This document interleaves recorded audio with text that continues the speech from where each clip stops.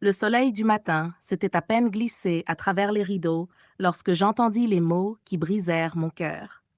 Ma fille Yejid se tenait au bas de l'escalier, sa voix lourde de mépris. Maman, ne t'attends pas à un kobo des 62 millions de babas. Ces paroles transpercèrent plus profondément que le tissu noir que je portais encore depuis l'enterrement de mon mari 2 jours plus tôt. Mes genoux faillirent céder, mais je m'accrochais à la rampe, la même que mon mari Adewale polissait de ses propres mains chaque samedi matin. Il n'avait même pas laissé la poussière se poser sur sa tombe avant de tourner autour du domaine comme des faucons. Pas pour le deuil, pas pour les souvenirs, mais pour le festin de sa richesse. Je descendis lentement les escaliers, mais la maison bourdonnait déjà. Mon gendre, Kunle, avait rassemblé les cousins dans le salon, distribuant des verres de vin comme si c'était une fête. Ma fille Yejide s'affairait à diriger les gens, désignant les murs et comptant les meubles, comme si elle se trouvait dans une boutique. Ce tableau ira dans notre salon, dit-elle, en décrochant le cadre que mon mari et moi avions acheté lors de notre lune de miel au Ghana. Ce tapis est trop vieux, ajouta Kunle, soulevant le tapis tissé que j'avais apporté de la maison de ma mère à Ibadan. Nous le jetterons quand maman partira. Je restais là à les regarder dépouiller la maison de sa signification, un souvenir après l'autre. Bientôt, mon petit-fils, Toby, entra en sautillant avec un rouleau d'autocollant jaune. Il en colla un sur l'horloge du grand-père, un autre sur le fauteuil de lecture de mon mari, un autre encore sur le buffet qui contenait ma belle vaisselle. Sa sœur, Busy, le suivait, mesurant la salle à manger avec une application sur son téléphone. « Nous allons rénover cet endroit quand elle sera partie, dit-elle en souriant. Personne ne me regardait. Personne ne me demanda même si j'avais mangé. Yejideh se tourna enfin et désigna la chaise pliante dans le coin. « Maman, assieds-toi là. C'est plus confortable pour toi. » Confortable. Il m'avait placée à côté du balai et de la serpillière, comme si j'étais un fardeau à cacher. Je m'assis tranquillement, mangeant du riz jollof froid dans une assiette en carton pendant que des rires éclataient à la table à manger. « Cette maison sent la vieillesse, dit quelqu'un. Un autre répondit. « Nous allons tout changer. La cuisine, les murs, même le jardin. » Kunle leva un verre de champagne. « À l'héritage de Baba, annonça-t-il. Mais depuis le coin, j'entendis un cousin murmurer « et à notre liberté de cette vieille femme ». Les rires secouèrent encore les murs. Ma poitrine se serra, mais je tins fermement ma tasse de thé pour empêcher mes mains de trembler. Ce qu'il ne savait pas, c'est que caché dans la poche de mon pagne se trouvait un document que j'avais gardé précieusement depuis 18 ans. Il pensait que je n'étais qu'une épouse qui préparait la soupe et pliait les vêtements. Il pensait que je n'étais qu'une ombre faible. Il ne connaissait pas la vérité. Il y a 18 ans, lorsque l'entreprise que mon mari avait bâtie s'effondrait, ce n'étaient pas les banques ni les avocats qui l'avaient sauvée, c'était moi. Je m'en souvenais comme si c'était hier. Les créanciers appelaient, la maison était en jeu et mon mari ne pouvait presque plus dormir. Il s'asseyait près de la cheminée, les larmes aux yeux, murmurant « Je suis fini. Les investisseurs veulent une garantie. Je n'ai plus rien. Mais moi, j'avais quelque chose. J'ai vendu le collier en or de ma mère, mes bracelets de mariage, même la terre que j'avais héritée à Abeokuta. Je les ai tous vendus discrètement. Puis j'ai viré l'argent directement sur le compte de son entreprise. Utilise-le, lui ai-je dit. Ne les laisse pas te voir tomber. 2 jours plus tard, les investisseurs signaient. L'entreprise survécut. On l'appela un génie. On ne m'appela rien. Je me souvenais encore d'autre chose. Les nuits où je restais éveillée à rédiger la proposition qui devint la base de leur introduction en bourse. Il arpentait la pièce, inquiet, pendant que je me plongeais dans les chiffres et les projections, rédigeant à la main un plan qui rapporta ensuite des millions. Je l'ai envoyé sous un faux nom. Il le présenta comme le sien. Ils l'applaudirent. Personne ne m'applaudit. Mais moi, je m'en souvenais. Et j'avais gardé la preuve. À l'étage, dans la vieille boîte à linge, j'avais conservé les brouillons de cette proposition, signés du faux nom que j'avais inventé. À côté, un certificat de brevet enregistré à mon propre nom. Je n'avais jamais encaissé les chèques de redevance qui y étaient liés. Je n'avais pas besoin de l'argent. J'avais seulement besoin de la dignité de savoir. Mais maintenant, alors qu'il me traitait de sénile et attendait ma mort, Je savais qu'il était temps. Ce soir-là, alors qu'ils riaient en parlant de repeindre la chambre principale en rose, je sortis discrètement de la maison. Ils avaient coupé ma ligne de portable, prétendant que c'était une erreur. Mais je me souvenais d'un autre moyen. Au coin de la pharmacie, le vieux téléphone public se tenait encore. Mes doigts composèrent un numéro que je n'avais pas appelé depuis des années. Quand M. Adeyemi, mon avocat, répondit, je ne dis que 2 mots. C'est l'heure. Il ne demanda pas d'explication. Il dit seulement « Viens demain matin ». Et ainsi, le lendemain, je portais mon dossier, lourd de vérités cachées, jusqu'à son bureau.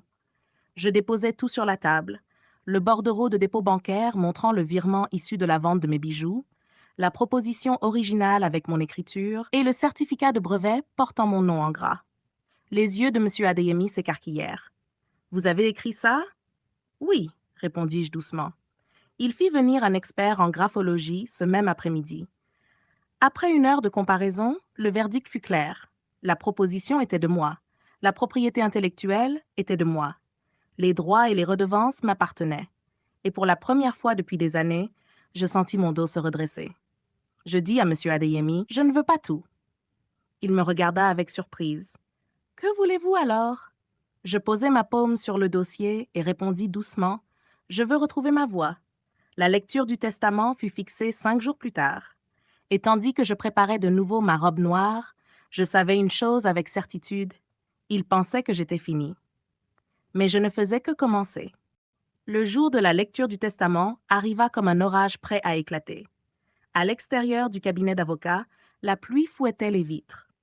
À l'intérieur, l'air était plus froid qu'une morgue. Ils me placèrent à l'extrémité de la table, sur une chaise pliante, comme si l'humiliation subie dans ma maison ne suffisait pas.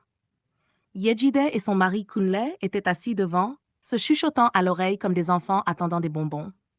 Mes petits-enfants défilaient sur leur téléphone, prenant des photos des murs de verre.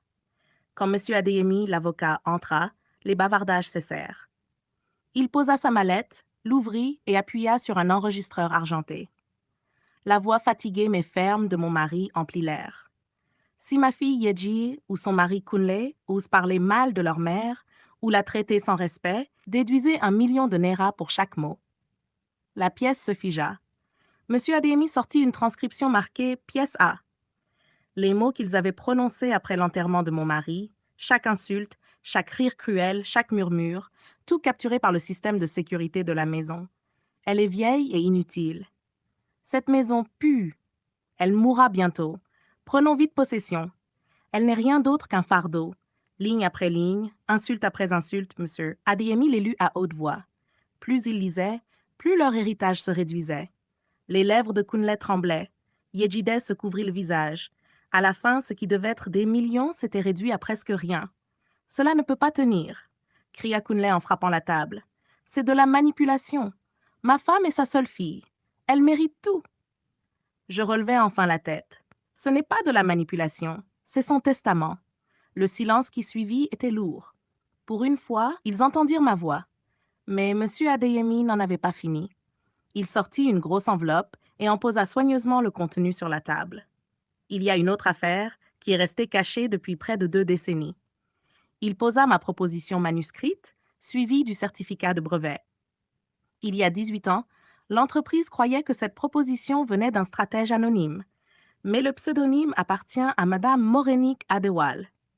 Des exclamations de stupeur remplirent la pièce. Les petits-enfants se figèrent.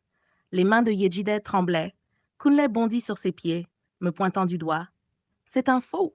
Cette vieille femme ment. » M. Adeyemi resta calme. L'expert en écriture a confirmé. L'Office des brevets a confirmé. Les redevances, près de 10 millions de Naira par an, ont toujours appartenu à elle.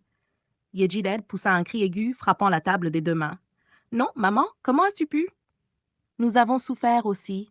Nous méritons quelque chose. »« Mériter ?» demandai-je, ma voix ferme. « Tu t'es moqué de moi.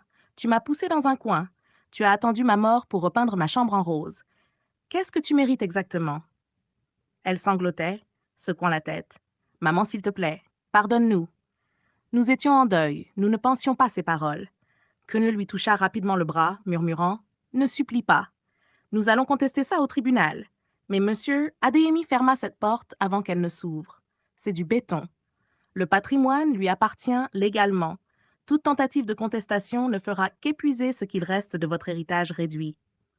Le visage de Kunle s'assombrit. Il essaya de sourire, mais la colère le déforma.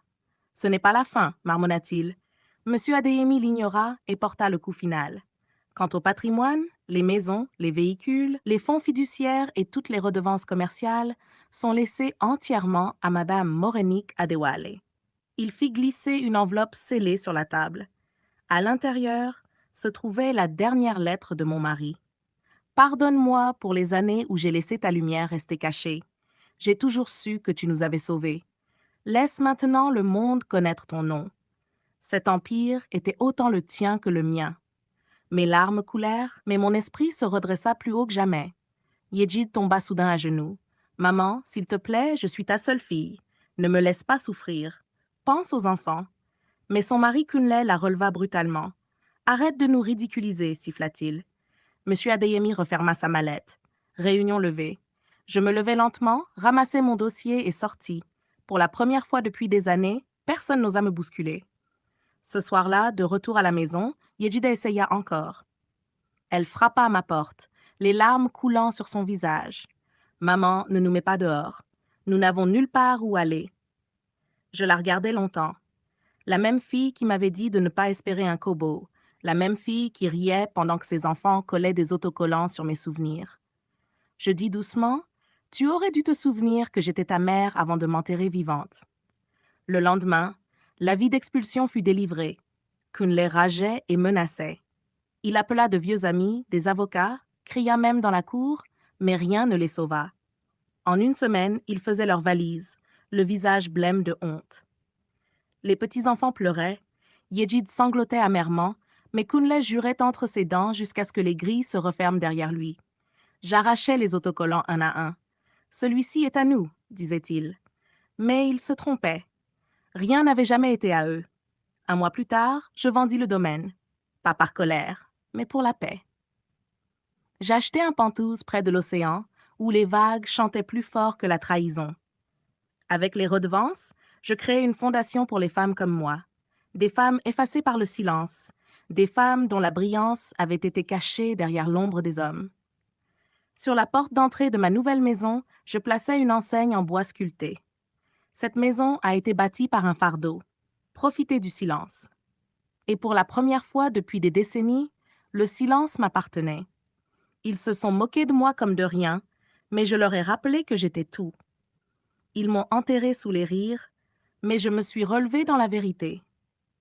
Et quand ils ont cru que mon histoire était finie, j'ai écrit le dernier chapitre avec mon propre nom en or.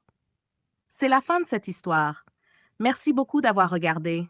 N'oubliez pas d'aimer, de partager, de commenter et de vous abonner pour plus d'histoires puissantes. Activez les notifications pour ne jamais manquer la prochaine publication.